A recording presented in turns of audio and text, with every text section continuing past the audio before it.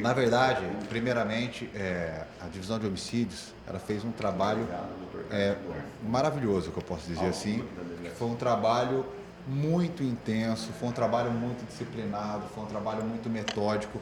Os policiais, faz 3 dias que eles estão trabalhando desde madrugada, eles estão colhendo indícios em todos os locais possíveis e eu fico muito orgulhoso da equipe hoje que a divisão de homicídios possui. Em segundo lugar, nós conseguimos cruzar algumas incoerências nas versões das testemunhas, algumas incoerências na versão do suspeito, que foi ouvido como testemunha aqui na delegacia. Então, quando ele foi ouvido, nós conseguimos identificar algumas coisas que não batiam com aquilo que a gente tinha levantado anteriormente, porque nós conseguimos fazer uma base probatória que nos trouxesse um lastro necessário para fazer essa conflitância de versões. Quando a gente confrontou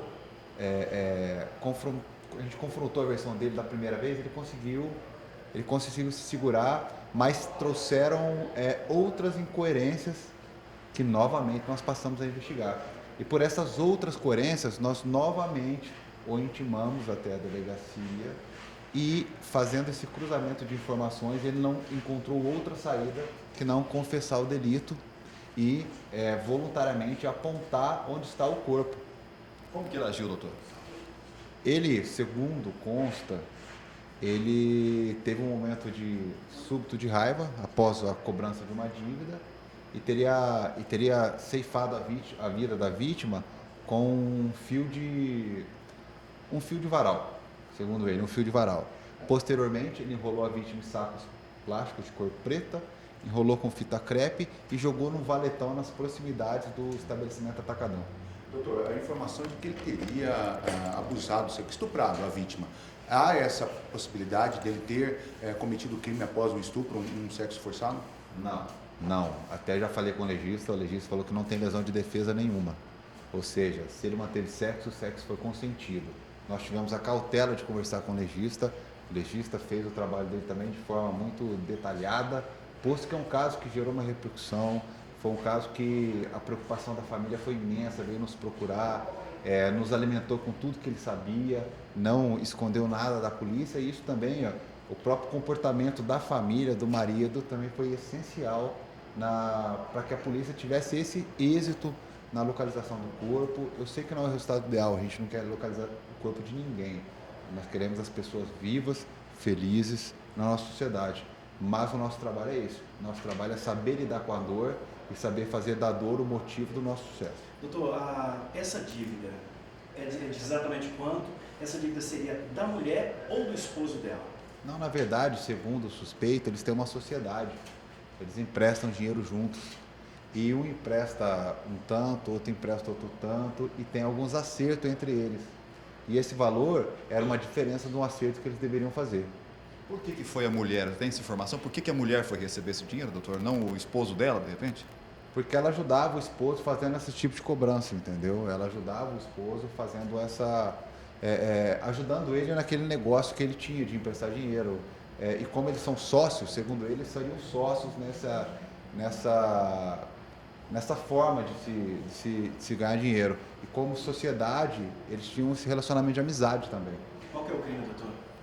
Na verdade, ele foi feito flagrante pela ocultação do cadáver, está em flagrante, posto que é um crime permanente, ou seja, é um crime que se prolonga no tempo a sua consumação, e está sendo solicitada nesse momento também a prisão preventiva dele pelo homicídio qualificado. Qual que é a identificação oficial dele da autoridade?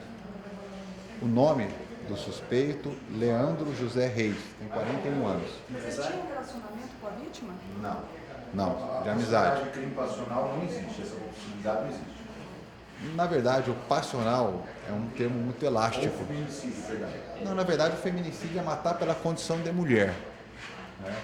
O que ele matou motivado, ele disse que no momento da cobrança deu uma raiva e deu um branco e ele não se controlou e matou a vítima. Então, a motivação principal dele foi a cobrança da dívida, que eles tiveram um desacerto nesse momento. Qual o valor da dívida? Ele permanece preso? Permanece preso, está sendo lavrado o auto de prisão em flagrante delito e representada pela prisão preventiva em relação específica ao homicídio. Qual o valor da dívida? Ele fala que nesse momento da cobrança, nesse exato momento da cobrança, eram 14 mil reais, mas que eles tinham diversos negócios juntos, entendeu? Então eles possuíam diversas quantias emprestadas de um para outro, esses valores eram repassados de um para outro justamente para movimentar esses empréstimos que eles faziam. Doutor, de acordo com as informações, a vítima foi receber esse dinheiro por volta das 4 da tarde. Ele teria levado o corpo só no início da noite. A esposa dele sabia de alguma coisa? Vocês já conseguiram ouvir a esposa desse suspeito? Qual que é o envolvimento? Ela tem envolvimento nesse caso? Na verdade, ela foi cobrar essa dívida por volta das 15 horas. E ele estava sozinho no restaurante. Tanto que ele, segundo ele nos adiantou, ele deixou o corpo lá e posteriormente, após as 18 horas, que ele levou o corpo para a ocultação. Então, durante todo esse tempo, ele ainda foi até o supermercado Atacadão, fazer as compras do restaurante. Ele seguia a rotina normal. Tem a possibilidade do segundo envolver, doutor? Até o princípio, não. A esposa dele foi ouvida? Doutor, tem algum envolvimento ou não? Não sabia de nada. Não. A esposa dele não tem nenhum envolvimento com os fatos. Doutor, pelo jeito, então, não existe nenhum motivo razoável, nenhuma morte é razoável, mas não existe nenhum motivo fútil por esse homicídio. Na verdade, acredito eu que haverá algumas qualificadoras para esse delito, né? Tem o recurso que impossibilitou a defesa da vítima, tem os motivos, que pode ser motivo torpe ou fútil, dependendo da ótica que se enxerga. Então, o que acontece, cabe a nós levantarmos a verdade real dos fatos, para que no momento de uma denúncia, o promotor possa ter clareza naquilo que ele vai enxergar e clareza naquilo que ele vai levar até o juízo. O veículo que ele utilizou é aquele mesmo, doutor? Qual é o modelo? É o veículo próprio. O veículo é próprio. Então, como que a Polícia Civil classifica esse crime? Foi algo planejado? Foi para perceber isso? Como é classificado pela Polícia Civil esse crime? Pelo que se demonstra, é o famoso crime de ímpeto. Ele teve um momento de raiva, só que o que veio depois foi uma situação imensamente planejada. Mas no momento da morte, creio eu que a versão dele é uma versão coerente, esse desacerto que eles tiveram no momento dos fatos. Só para resumir, a ação que você falou, que ele foi ao supermercado, né, depois voltou, depois levou o corpo lá para aquela avenida ali da Caxias, se eu não me engano, que dá acesso à BR-63. Conta pra gente. Não, na verdade, os fatos ocorreram por volta de 3 horas e 20, 3 horas e 30. Ele manteve o corpo ali, né? Ele embalou o corpo, passou fita crepe, passou esse fio para enrolar o corpo. Depois ele foi até resolver algumas situações, creio eu que pensar sobre o que faria, tem toda essa situação. E por volta das 18 horas e pouco, segundo ele foi até o restaurante novamente, colocou o corpo no porta-mala do veículo e depois despejou o corpo no local onde foi localizado. Inclusive, ele nos apontou o corpo de forma voluntária, sempre calmo.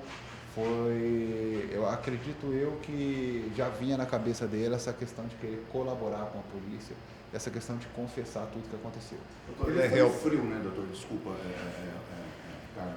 Mas pelo que o senhor está dizendo, ele foi extremamente frio depois do assassinato. Ele foi para o mercado, fez compra, sabia que a esposa podia ir no comércio, mas não se preocupou com o fato, esperou o comércio fechar para depois, no linguajar popular, desovar o corpo.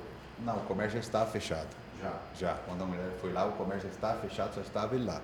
Creio eu que, na verdade, ele não sabia, segundo ele, não sabia o que fazer depois que aconteceu o crime, né? Então, aí acabou ocultando o corpo nesse local ermo, que realmente é um local que demoraria tempos para ser localizado, embora o odor já estivesse muito forte, porém é um local onde as pessoas desovam as coisas, aquele valetão. Então, creio eu que seria muito difícil a localização se não fosse essa ajuda do suspeito. Doutor, ele ficar preso depende muito da justiça, mas ele é réu primário. Pela experiência do senhor acredita que ele vai ficar preso, vai passar por audiência de custódia? Qual que é o procedimento a partir de agora desta investigação e da prisão dele? O flagrante está sendo finalizado, ele será apresentado ao juízo para que passe pela audiência de custódia e lá o juiz vai determinar se converte ou não a prisão dele para a prisão preventiva. Foi representada pela prisão preventiva em relação específica ao homicídio também, e creio eu que amanhã pela manhã esse flagrante já esteja comunicado e amanhã ele deva passar pela audiência de custódia. Doutor, o esposo dela disse que recebeu uma mensagem, que ela teria recebido essa quantia. Então foi o suspeito que usou o celular dela para mandar essa mensagem? princípio, sim, tudo isso tem que ser levantado, porque o celular da vítima não foi localizado. Então, tudo isso, essas informações posteriores, elas têm que ser cruzadas antes do término do inquérito policial, justamente para a gente ter uma base probatória suficiente para que o inquérito fique bem, com bastante prova, com farto material, para que a justiça possa ser feita. Doutor, fora a lesão do pescoço, só na perícia, como você tinha outra lesão curta na vítima? Não tinha outra lesão. A lesão aparente é só a lesão no pescoço. A gente, normalmente, nesses casos, a gente solicita a colheita de material genético para verificar se houve uma conjunção carnal, alguma coisa nesse sentido, mas eu conversei com o Dr. Rafael, responsável pela perícia, ele me adiantou que a causa provável da morte foi realmente o uso desse fio de varal no pescoço. Muito bem, Dr. Carlos Eduardo falando ao vivo aqui conosco.